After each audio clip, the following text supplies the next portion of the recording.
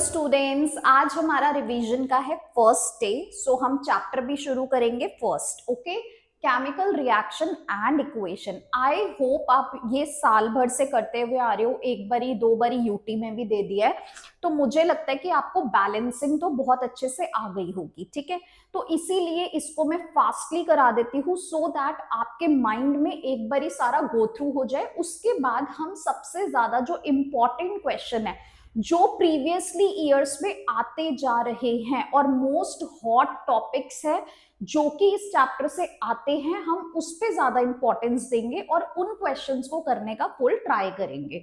सो आज first day है revision का। अगर तो आपने न्यू रजिस्टर्स लगाए हैं तो उसके अंदर आप डे 1 डालिए, चैप्टर का नेम डालिए और करना शुरू करिए। एंड जो मैं क्वेश्चंस कराऊंगी उसको रिटर्न फॉर्म में करना है आपको, सो दैट आप एक इस मंथ एक बहुत ही अच्छे से नोट्स प्रिपेयर कर सको। एंड लास्ट मोमेंट पे जब आपके एग्जाम के डेज आएंगे उसके अंदर जब कुछ मतलब कि हमें डिजिटलाइज इतना नहीं करना, फोन को अवॉइड करना है, बाकी चीजों को करना है, तो that time you just do your register work, that go through and do 1 or 3 sample paper mock test and then you get prepared for your exams। ठीक है, तो ज्यादा पैनिक नहीं होना, ज्यादा स्ट्रेस नहीं लेना, अभी भी हमारे पास टाइम है, बट अब हम और डिले नहीं कर सकते। सो बी रेडी। आज हम शुरू करते हैं चैप्टर 1। तो देखो chapter 1 chemical reaction and equation. आपको पता है केमिकल रिएक्शन क्या होते हैं? केमिकल रिएक्शन बेसिकली वो है जिसमें हमारा न्यू सब्सटेंस फॉर्म होगा, प्लस ऐसे हमारे कुछ चेंजेस होंगे, लाइक उसकी स्टेट में चेंज हो जाएगा। जैसे आपने वाटर को ब्रेक किया तो वो हाइड्रोजन एंड ऑक्सीजन में क्या हो जाता है, चेंज हो जाता है। तो वाटर जो है वो लिक्विड फॉर्म है और hydrogen and oxygen gaseous form है।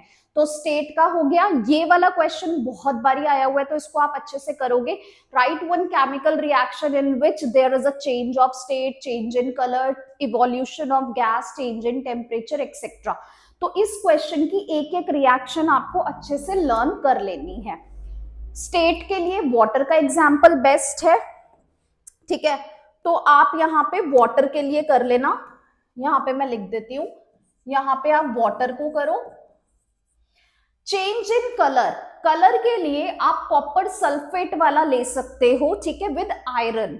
तो आयरन और कॉपर सल्फेट को कर लो रिएक्ट, वहां पे क्या हो जाता है, चेंज इन कलर हो जाता है। गैस, गैस इवॉल्व हो रही है तो हमारा कैल्शियम कार्बोनेट वाला है। ठीक है, अभी धीरे धीरे आ रही है इक्वेशंस में करवा देती हूँ। चेंज इन टेम्परेचर मतलब जिसमें एक्सोथर्मिक रिएक्शन है, तो CO2 रिलीज होती है तो वो एक्सोथर्मिक है। तो यहाँ पे आप इन दोनों के लिए CaCO3 वाला क्या कर सकते हो, रिएक्शन एक कर सकते हो।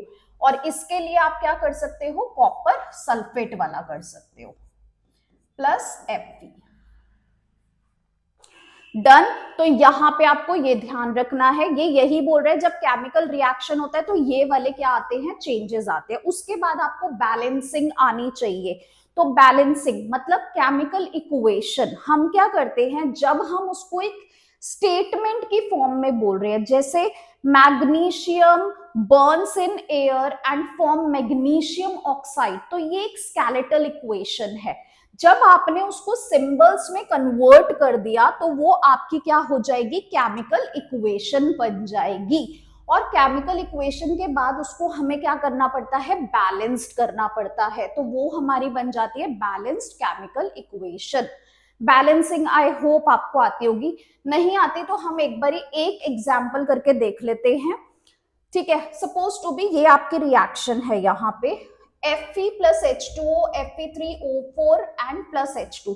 आपको ये टेबल की फॉर्म्स में नहीं बोलेंगे तो आप डायरेक्ट ही करना सीखो, और अब तक तो आप सीख गए होंगे। देखो Fe यहाँ पे कितना है 1 और यहाँ पे कितना है 3, तो इसको बैलेंस करना है तो हम क्या करेंगे, यहाँ पे आगे क्या लगा देंगे, 3 लगा देंगे। Fe बैलेंस हो गया। नाउ H यहाँ 2 है, यहाँ भी 2 है, तो ठीक है। यहाँ पे देखो O4 है तो आपको यहाँ पे क्या करना पड़ेगा, इसके आगे आपको 4 लगाना पड़ेगा। यस, इसके आगे आपको 4 लगाना पड़ेगा। तो O तो 4 हो गया, O हमारा 4 हो गया, Fe हमारा 3 हो गया, बट यहाँ पे H2 क्या हो गया, इम्बैलेंस हो गया। 4 2 जा 8, यहाँ पे हाइड्रोजन अब आपके हो गए 8, तो यहाँ पे इसको 2 है तो इसको 8 बनाना है, तो 2 को किससे मल्टीप्लाई करा दे, 4 से, तो हम यहाँ पे भी क्या कर देंगे, 4 लगा देंगे, तो 4 2 जा 8, इस तरीके से ये बैलेंस हो जाएगी। ये देख लेना इधर equation, Fe plus 4H2O gives Fe3O4। इसके लिए आपके पास बैक एक्सरसाइज में काफी सारे क्वेश्चन है बैलेंस करने के लिए, आप वहां पे प्रैक्टिस कर लेना।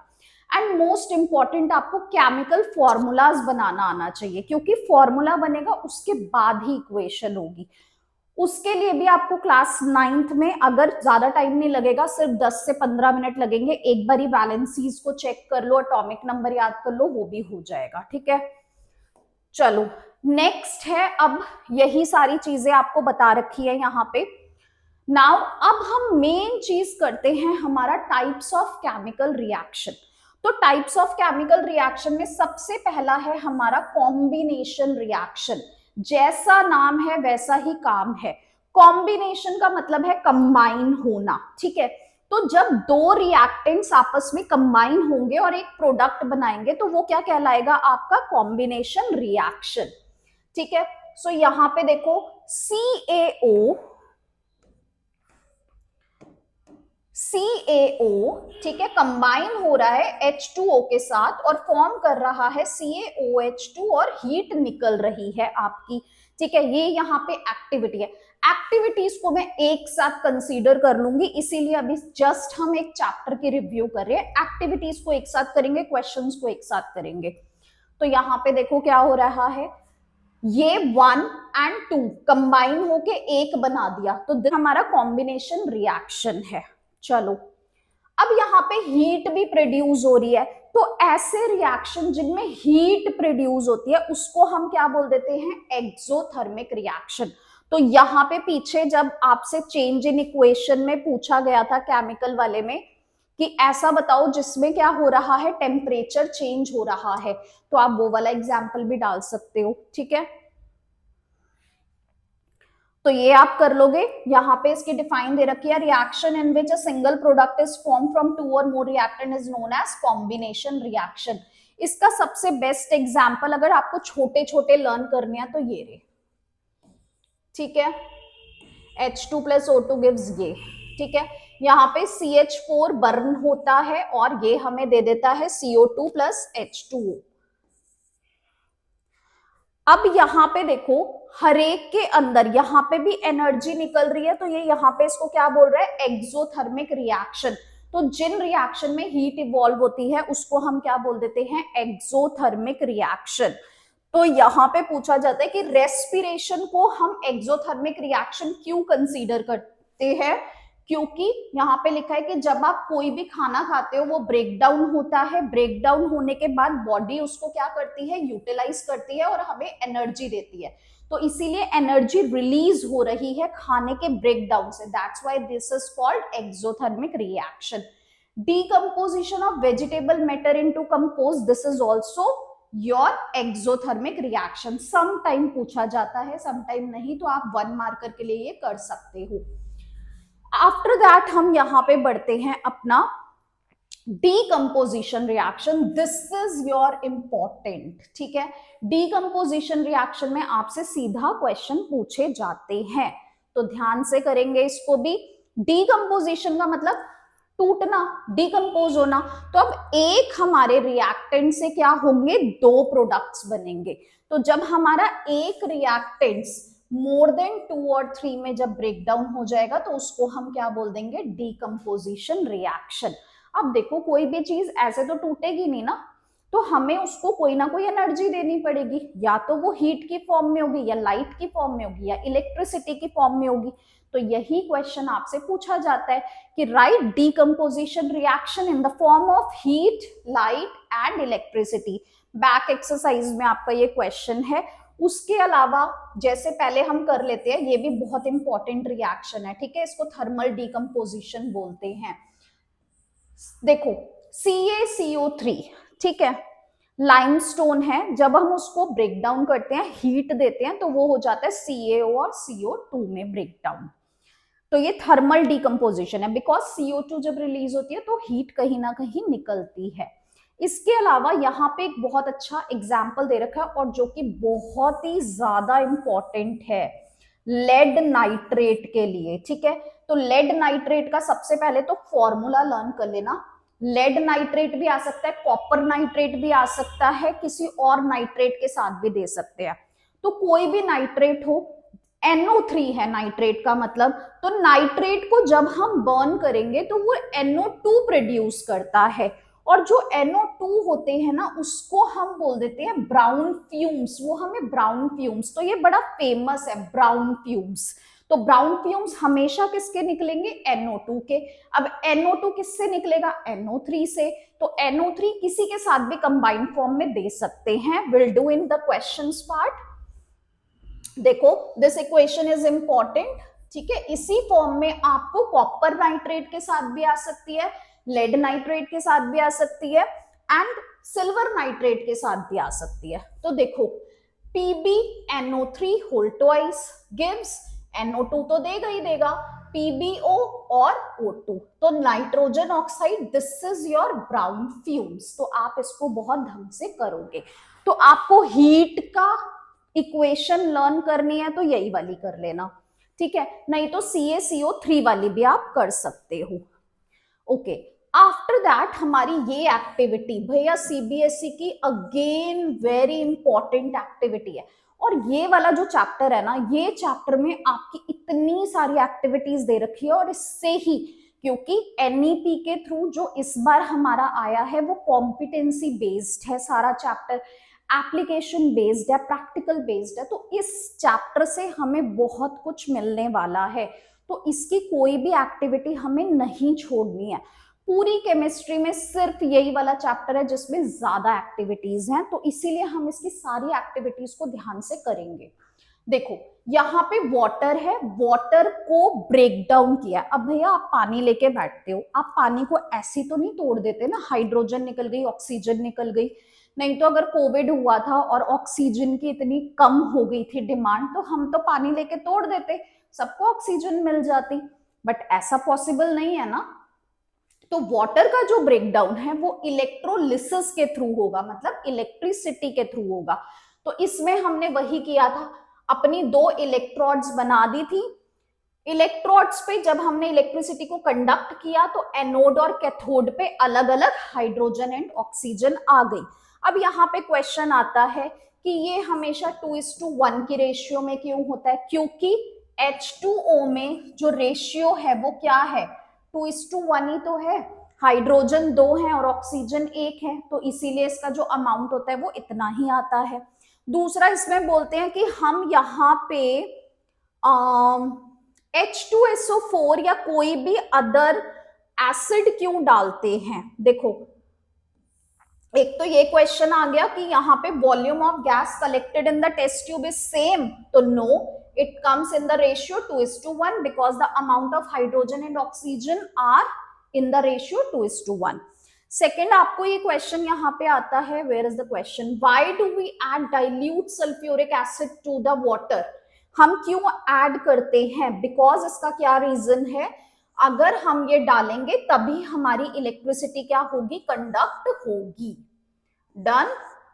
तो ये आपके दो क्वेश्चन हैं जो यहां से आते हैं, और इलेक्ट्रिसिटी से ब्रेक डाउन करने के लिए आप वाटर की ही क्या ले लोगे? इक्वेशन ले लोगे, ठीक है।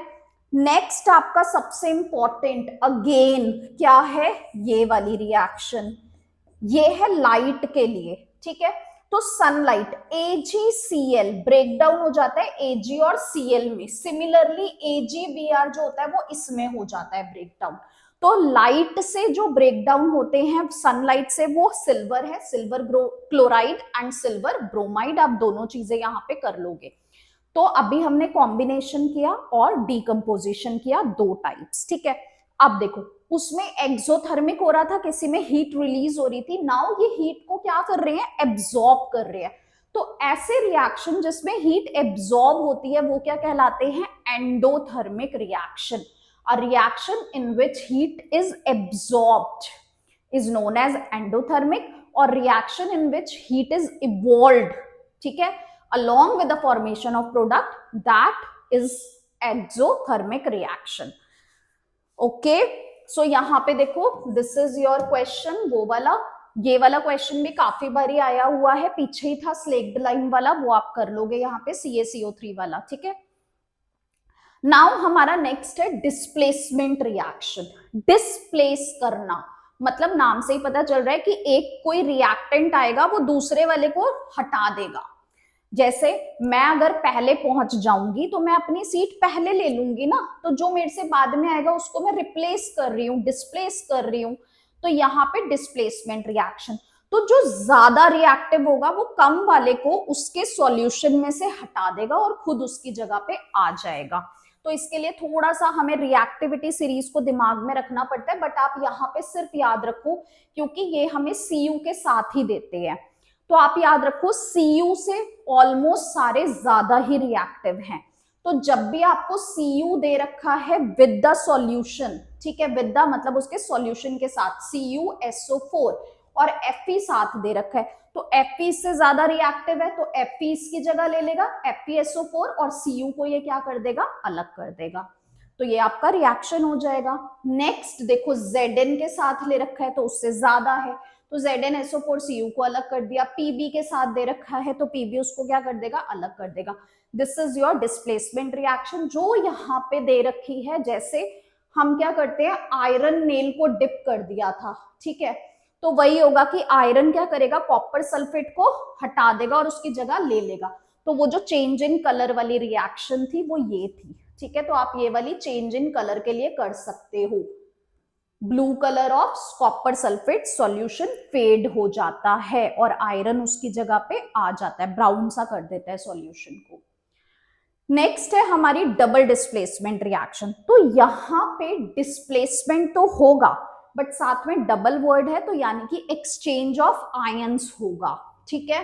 तो यहां पे देखो NaSO4 BaCl2, Na positive SO4 negative, Ba positive Cl2 negative.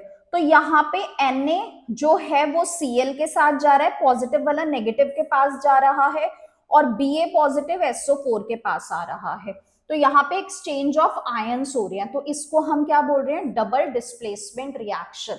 A reaction in which exchange of ion take place along with the displacement reaction is known as double displacement reaction। नाम आप यही याद रखोगे। और इसको पहचानने के लिए सबसे बेस्ट तरीका है कि आपके यहाँ पे दोनों ही कंपाउंड्स फॉर्म होंगे, नहीं तो मोस्टली सब में एक एलिमेंट आ रहा था, एक कंपाउंड्स आ रहा था, ठीक है। तो ये दोनों ही आपके कंपाउंड फॉर्म्स हैं। ओके, नेक्स्ट यहाँ पे आपको दे रखा है, इधर ये कहता है कि जो हमारा ये BaSO4 है ना, ये पूरी तरह से डिसॉल्व नहीं होता, ठीक है। तो पूरी तरह से डिसॉल्व नहीं हो रहा, तो इसका मतलब ये कुछ इनसॉल्यूबल पार्टिकल्स को छोड़ रहा है। वो जो इनसॉल्यूबल पार्टिकल किसी भी रिएक्शन में फॉर्म हो जाते हैं उसे हम प्रेसिपिटेट्स बोलते हैं। तो प्रेसिपिटेट जिस रिएक्शन में फॉर्म हो रहे हैं उस रिएक्शन को हम प्रेसिपिटेशन रिएक्शन बोल देंगे। डन जी, ठीक है। अब देखो कोई भी रिएक्शन होगी, सपोज टू बी कि हम चाय बना लेते हैं, ठीक है, हम टी बनाते हैं, तो टी में हम क्या कर रहे हैं, जिंजर डाल रहे हैं, शुगर डाल रहे हैं, टी लीव्स डाल रहे हैं, मिल्क डाल रहे हैं, ठीक है, या आप कुछ भी डाल रहे हो। अब जब आप उस टी को पूरा बना लेते हो तो उसके बाद कुछ इनसॉल्युबिलिटीज बचती है ना, लाइक आपकी टी लीव्स डिसॉल्व नहीं होती, वो बच जाती है। तो जो बच रहा है दैट इज योर प्रेसिपिटेट्स, ठीक है। ये तो रिएक्शन तो थी ना, सारी चीजें आपस में मिक्स हो गई, हमें एक प्रोडक्ट मिल गया नया बिल्कुल, तो ये एक रिएक्शन है और इसमें साथ में प्रेसिपिटेट फॉर्म हो रहा है, तो इसको हम प्रेसिपिटेशन रिएक्शन भी बोल सकते हैं। Okay, next is your oxidation and reduction, very very important, ठीक है। देखो ऑक्सीडेशन एंड रिडक्शन, इसको आप दो फॉर्म्स में कर सकते हो, ऑक्सीजन की भी और हाइड्रोजन की भी। तो ऑक्सीडेशन का मतलब होता है गेन ऑफ ऑक्सीजन, और अगर ऑक्सीजन का गेन हो रहा है तो ऑब्वियसली लॉस हो रहा होगा किसका, हाइड्रोजन का। और रिडक्शन में उल्टा हो जाएगा, loss of oxygen and gain of hydrogen. अब देखो कोई भी रिएक्शन जो ऐसा है कि एक अपने अंदर से ऑक्सीजन को लूज कर रहा है तो दूसरा वाला उसको गेन कर लेगा, है ना।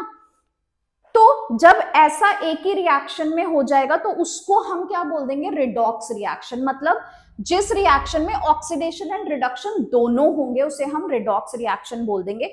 बट पहले आप ऑक्सीडेशन को समझो। देखो Cu यहां अकेला है, O2 के साथ रिएक्ट हुआ तो इसने O को क्या कर लिया, गेन कर लिया, तो ये हो गया ऑक्सीडेशन रिएक्शन।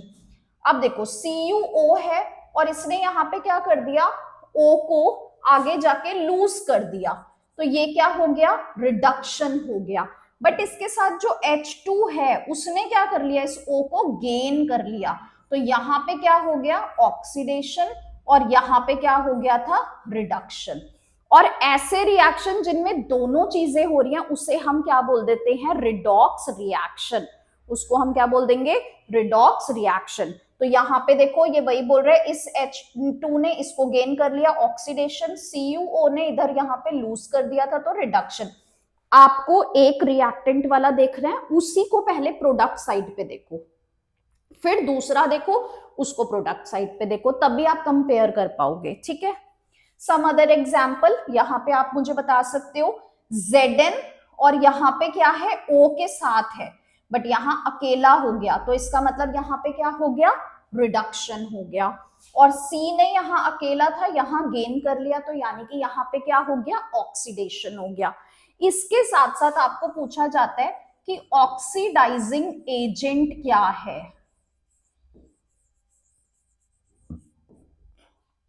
और रिड्यूसिंग एजेंट क्या है। ऑक्सीडाइजिंग एंड रिड्यूसिंग एजेंट्स बताओ। तो देखो जो एजेंट का काम क्या होता है, काम को करवाना, तो जो भी रिएक्शन अगर कोई करा रहा है, मतलब ऑक्सीडाइजिंग एजेंट क्या है, जो अपनी ऑक्सीजन देगा, यानी कि जो खुद रिड्यूस होगा और दूसरे को ऑक्सीडाइज करेगा, वो क्या बन जाएगा, ऑक्सीडाइजिंग एजेंट। तो जहां पे रिडक्शन होगा वो बन जाएगा ऑक्सीडाइजिंग एजेंट, और जहां ऑक्सीडेशन होगा वो बन जाएगा रिड्यूसिंग एजेंट।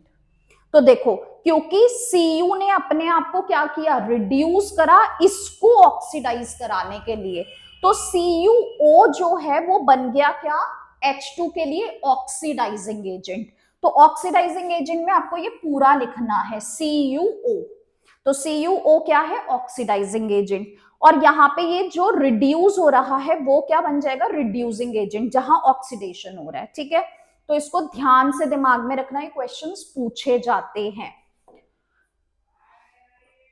नाउ नेक्स्ट हमारा जो टॉपिक है वो क्या है, कोरोजन एंड रेंसिडिटी। बेसिकली क्या हो रहा है कि ऑक्सीडेशन एंड रिडक्शन हमारी डेली लाइफ में हो रहा है, हम रोज ऑब्जर्व करते हैं।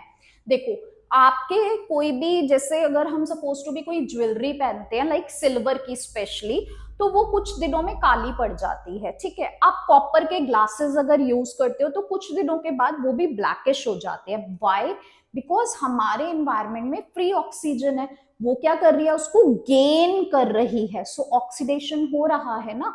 तो ये जो प्रोसेस है जिससे मेटल जो है, कोई भी मेटल बॉडी अटैक्ड हो रही है by the moisture, water, air, ठीक है, एसिड, किसी भी चीज से, तो इस प्रोसेस को हम बोल देते हैं कोरोजन।